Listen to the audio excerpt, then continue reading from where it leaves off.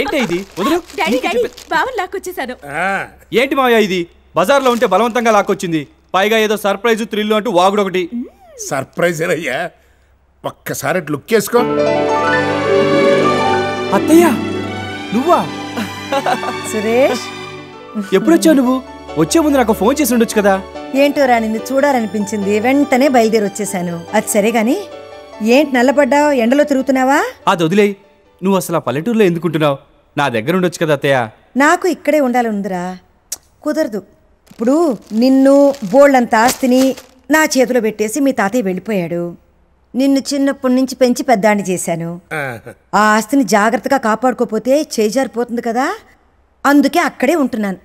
Aunty, ఆస్తి చేయి జారిపోకూడదని నువ్వు అక్కడే ఉంటే ఇక్కడ ఈ అబ్బాయి చేయి జారిపోవచ్చు. అదేలాగే అల్లరి పిల్ల, అందుకే వీడిని నీ చేతిలో పెట్టాను. వాడు జారిపోయినా పారిపోయినా తప్పు నీదే, నిన్నే పట్టుకుంటాను, జాగ్రత్త. విన్నావా? అత్తయ్య, కోతి చేతిలో కొబ్బరికాయ పెట్టినట్టు నన్ను దాని చేతిలో పెట్టడం ఏంటి? చూడండి, నన్ను కోతి అంటున్నాడు. ఎందుకురా దాన్ని కోతి అంటావు? కోతి కోపం వస్తుందిరా. ఏంటంటే నువ్వు కూడా? సరే సరే.